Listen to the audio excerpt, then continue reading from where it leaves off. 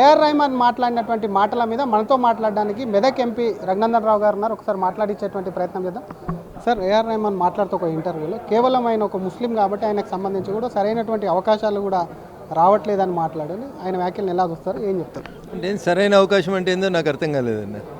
ఈ దేశంలో తెలుగు, హిందీ, ఇంగ్లీష్, తమిళ్ అన్ని భాషలలో ఆయనే మ్యూజిక్ ఇస్తాడు. ఈ దేశంలో గొప్ప మ్యూజిక్ ఇచ్చేవాళ్ళు ఎవరంటే ఏఆర్ రెహమాన్ అని అందరూ, irrespective of caste, creed, race, religion అందరం ఆయనను గౌరవిస్తాం, అందరం ఆయన మ్యూజిక్ వింటాం. ఇంకా ఆయనకి ఏం కావాలి? భూమండలం మీద ఆయనకు వచ్చినటువంటి కీర్తి ఆయనకు సరిపోతలేదంటే పోయి చంద్రమండలం మీద వాయించుకోమని మాకేం అభ్యంతరం లేదు. But irrespective of cost, irrespective of religion, భారతదేశ ప్రజలందరూ కూడా ఏఆర్ రెహమాన్ మ్యూజిక్ని ఇష్టపడతారు, ఏఆర్ రెహమాన్ గారిని ఇష్టపడతారు. అది వారికి నచ్చకపోతే, ఇంతకుముందు కూడా గతంలో కొంతమంది హిందీ ఫిల్మ్ యాక్టర్స్ మాట్లాడినారు.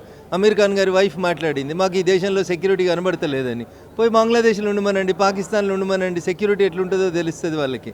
సో ఈ దేశంలో ఉండి ఈ దేశంలో సెక్యూరిటీ లేదని ఫీల్ అవుతున్నటువంటి పెద్దలందరికీ కూడా మేము చెప్పేది ఒకటే, తినే తిండి ఒకటి, పాడే పాట ఇంకొకటి అనేటువంటి కార్యక్రమాన్ని మానేసుకోండి. We are giving lot of respect. Don't create such type of nonsense statements. He has to withdraw such type of statements and he has to apologize.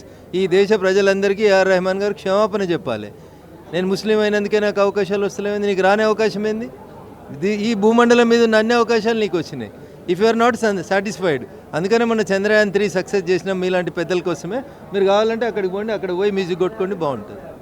ఒకవైపు గుళ్ళ మీద దాడులు అట్లాంటివి జరుగుతున్నాయి. ఇటువంటి వారు ఇన్ఫ్లుయెన్సర్స్ మాట్లాడితే ఇటువంటి దాడులు కానివ్వండి, ఒక మతానికి సంబంధించి ఇన్సెక్యూర్ ఫీలింగ్ అని కలిగేటువంటి అవకాశాలు ఉన్నాయంటారా? వాళ్ళు మాట్లాడడమే తప్పు. ఆయన పుట్టుకైంది, ఆయన ఎక్కడి నుంచి వచ్చిండు, ఎక్కడికి పోయినాడు, ఏం మాట్లాడుతున్నాడు అనేది ఆలోచించుకొని మాట్లాడాలి. ఏఆర్ రెహమాన్కి ఏం కావాలన్నా, ఇంకేం కావాలో అంటున్నా, ఏం కావాలో చెప్పమన్నారు, చెప్తే అది అవుతుందా కాదా చెప్తాం. అట్లా అమీర్ ఖాన్ భార్య అన్నది కదా భారతదేశంలో సేఫ్గా లేమని, అట్లా ఈయనకేమైనా ఇబ్బంది ఉంటే చెప్పమన్నారు, ఎక్కడ సేఫ్ ఉంటే అక్కడికి పంపించేస్తాం. ఈ దేశంలో వండుకుంటూ ఈ దేశంలో సమగ్రతని ఇబ్బంది పెట్టేందుకు ఇట్లా మాట్లాడేటువంటి వ్యక్తుల్ని మేము ఎప్పుడు నీదేం కులం, నీదేం మతం అని అడగలేదు. బట్ భవిష్యత్తులో మిమ్మల్ని మీరే తక్కువ చేసుకుంటున్నారు, చిన్నగా చేసుకుంటున్నారు. దానివల్ల మీ గౌరవమే తగ్గుతుంది తప్ప ఈ దేశ గౌరవం ఏం తగ్గదు. మీకు నిజంగా ఈ దేశం మీద, ఈ దేశ అవకాశాల మీద మీకు సాటిస్ఫాక్షన్ లేకపోతే, మొన్ననే మోడీ గారి నాయకత్వంలో మేము చంద్రయాన్ 3 సక్సెస్ చేసినాం. మీలాంటి పెద్దలందరినీ కూడా చంద్రయాన్ 3కి పంపించి అక్కడ మ్యూజిక్ ఏర్పాటు చేయడానికి మాకు ఎలాంటి అభ్యంతరం లేదు. కాసేపటి క్రితమే మున్సిపాలిటీల కార్పొరేషన్ల రిజర్వేషన్లు వచ్చినాయి. దానికి సంబంధించి మీ దగ్గర ఎక్కువ మున్సిపాలిటీలు ఉన్నట్లే, ఎలా ఉన్నారు? సిద్ధంగా ఉన్నారా రఘునందన్ రావు గెలిపించుకునేందుకు? భారతీయ జనతా పార్టీ నాయకులు, కార్యకర్తలు అందరూ కూడా యుద్ధం ఎప్పుడు వచ్చినా మేము సిద్ధంగా ఉంటాం. యుద్ధం వచ్చినప్పుడే ఇస్త్రీ బట్టలు వేసుకోవాలనే బాపతి వెళ్ళం కాదు. మేము 24/7 ఈ దేశం కోసం పనిచేసేటోళ్ళం, ఈ దేశం బాగుండాలని కోరుకునేటోళ్ళం. Nation first, party next, individuals last అని పనిచేసేటోళ్ళం. కాబట్టి భారతీయ జనతా పార్టీ మా మెదక్ పార్లమెంట్లో మిగతా 2 రాజకీయ పార్టీల కంటే ఎక్కువ స్థానాలను గెలిచి మీకు మళ్ళీ ఎన్నికల ఫలితాల కనబడుతుంది. రిజర్వేషన్లు సక్రమంగా ఇచ్చారంటారా? అనౌన్స్మెంట్లో చూసారా దాని ప్రక్రియ? నేను ఏమంటున్నాను, ప్రభుత్వం ఒక ప్రాసెస్లో రిజర్వేషన్స్ని ప్రకటించింది. మోచేతుల బలం ఉంటే మొండి కూడలు తెగుతుంది. మా పార్టీ నాయకులు, కార్యకర్తలు అన్నిటికీ సిద్ధంగా ఉన్నారు.